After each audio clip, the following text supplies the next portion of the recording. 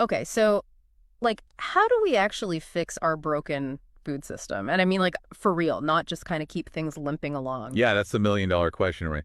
And honestly, a lot of the answers might be right under our feet. Soil, you're talking about soil. Exactly.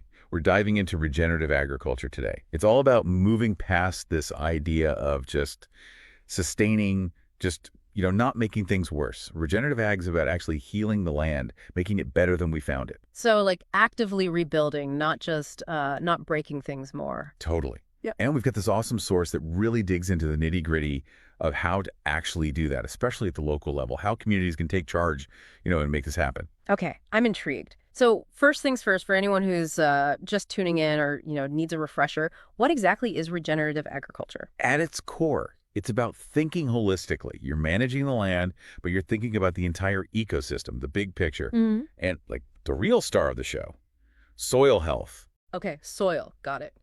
But haven't like farmers always cared about soil? They have. But think of conventional agriculture, like for a second, as spending money from your bank account. You Yeah. keep taking out and taking out. Eventually, what happens? You go broke. Empty fields. Yep. Regenerative agriculture is like flipping the script. You're making deposits, building up that soil, making it richer, more alive. Interesting. So what are the ground rules here? How do we actually do regenerative ag? There's no one-size-fits-all, but there are definitely some core principles. Mm. These aren't like separate things either. They work together. They kind of build on each other. Okay, so what like top of the list? Minimal soil disturbance. Think of it this way. You don't want to go break in the house to fix a leaky faucet, Or right? that's Tilling, plowing, that's what it does. It messes up the soil microbiome. Oh yeah, all those tiny little critters doing their thing. Right. Bacteria, fungi, the whole shebang.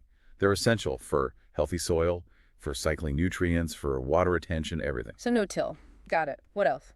Cover cropping is huge. Yeah. Basically, instead of leaving the soil bare between main crops, you plant something specifically to protect and nourish the soil. Ah, like a green blanket. Exactly. Then you've got crop rotation, which is, it's kind of common sense, but it's amazing how effective it is. You rotate what you plant, different crops in sequence. It naturally helps with soil fertility, and it helps break the cycles of pests and diseases. Clever. So it's like tricking the bad guys, right? Yeah. Keeping them on their toes. Exactly. And then you've got livestock. Yeah. I know some folks are surprised by this one. Yeah, I thought regenerative ag was all about like plants. It's about balance.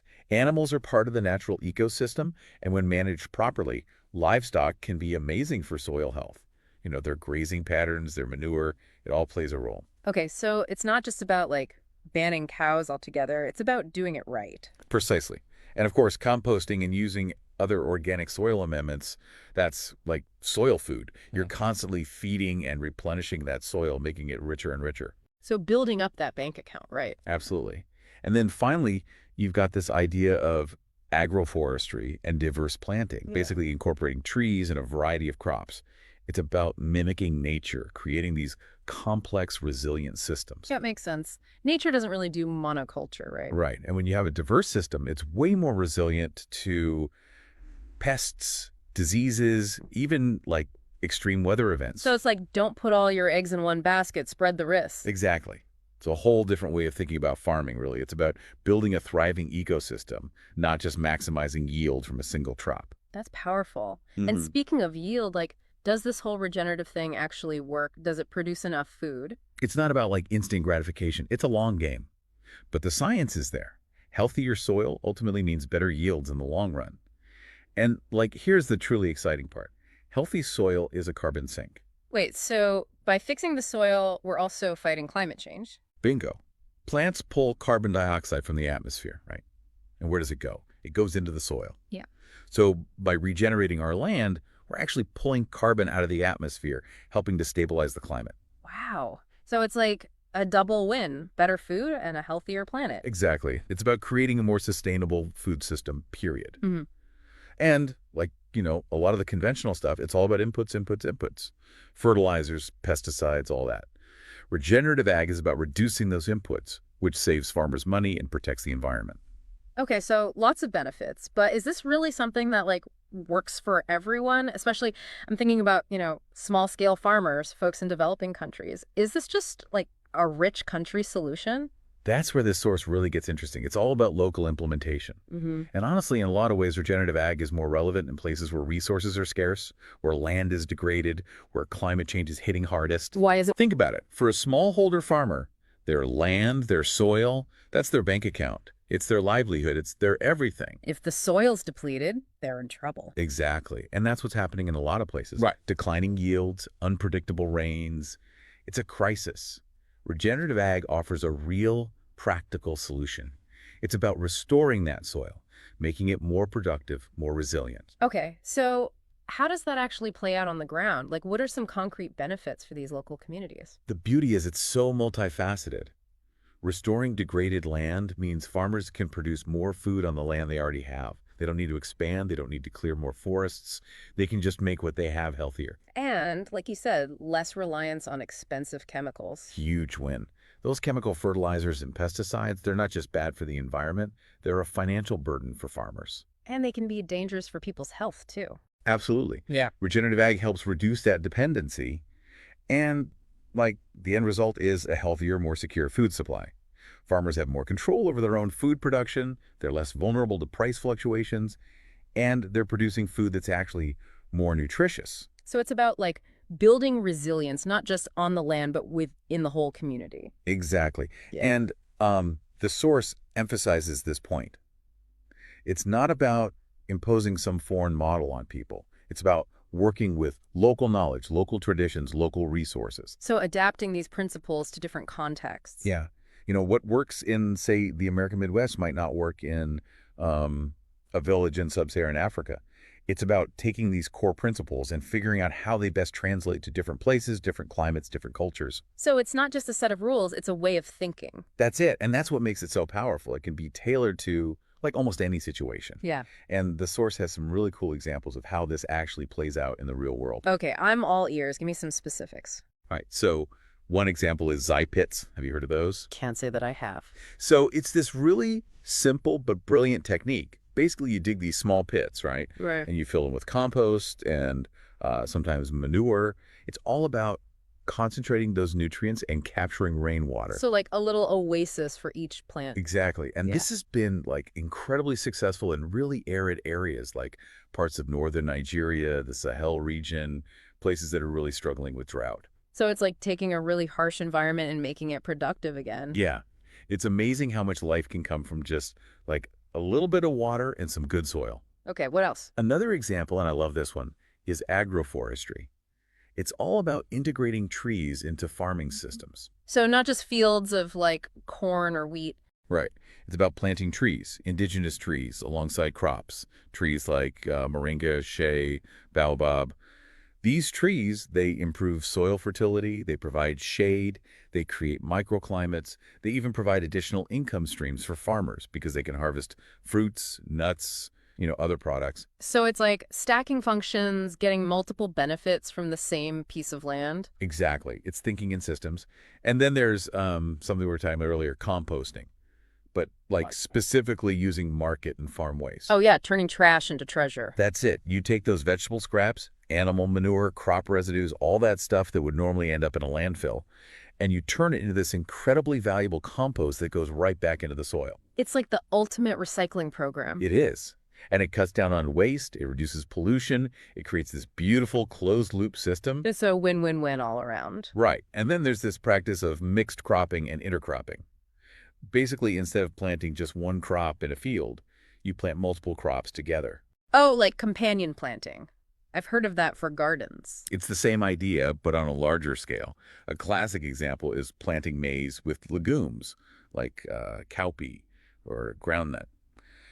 The legumes, they actually pull nitrogen from the air and fix it into the soil, which acts as a natural fertilizer for the maize. So it's like they're helping each other out.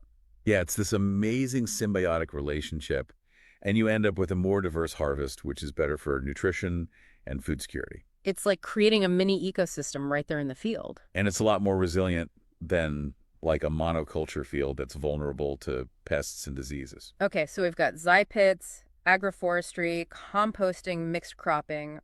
What else? Last but not least, there's this idea of community learning farms. These are like demonstration farms where farmers can come together and learn from each other. Oh, I like that. Sharing knowledge, hands-on learning. Yeah, it's so much more effective than just like reading a book or listening to a lecture. Farmers can see these techniques in action. They can try them out themselves. They can adapt them to their own specific context. It's like building confidence, building community. And that's really key because at the end of the day, this isn't just about like a set of practices. It's about changing mindsets. It's about empowering people. It's about giving them the tools and the knowledge to build a better future for themselves. Absolutely. And that brings up an important point for our listeners. Where do you fit into all of this? Even if you're not a farmer, this still matters. Right. This source, it's not just talking to farmers. It's got this like call to action for everyone. It lays out different roles people can play. Okay, so break it down for us. What are some of those roles? So first off, if you are a farmer, the message is really simple. Hmm. Start small. You don't have to go all in, overnight. Don't get overwhelmed. Exactly. Pick one or two things that resonate with you, test them out, see what works, and then as you gain confidence, you can gradually expand. Makes sense.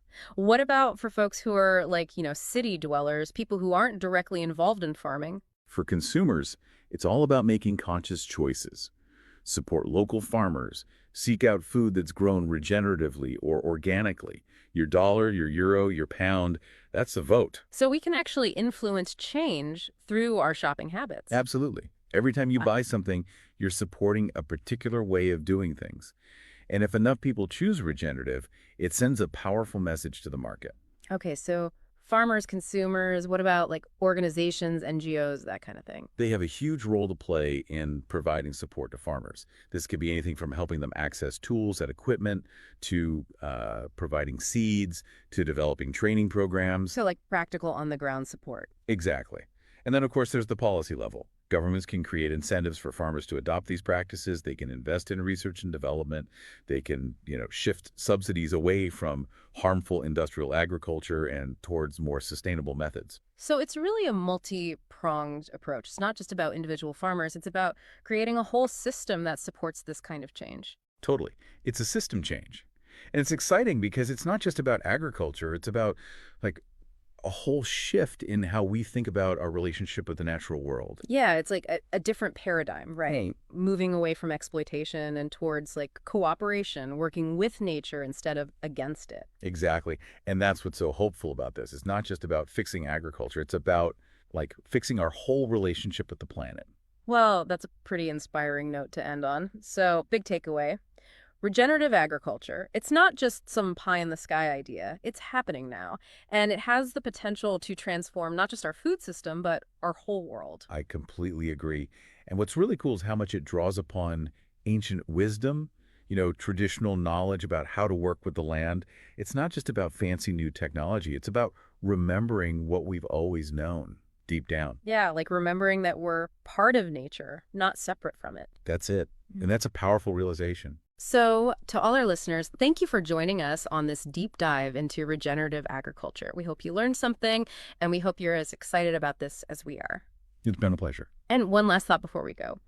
What if we took these principles of regeneration, this focus on health, on diversity, on adapting to local conditions, and applied them to other areas of our lives, to our communities, our economies, our political systems?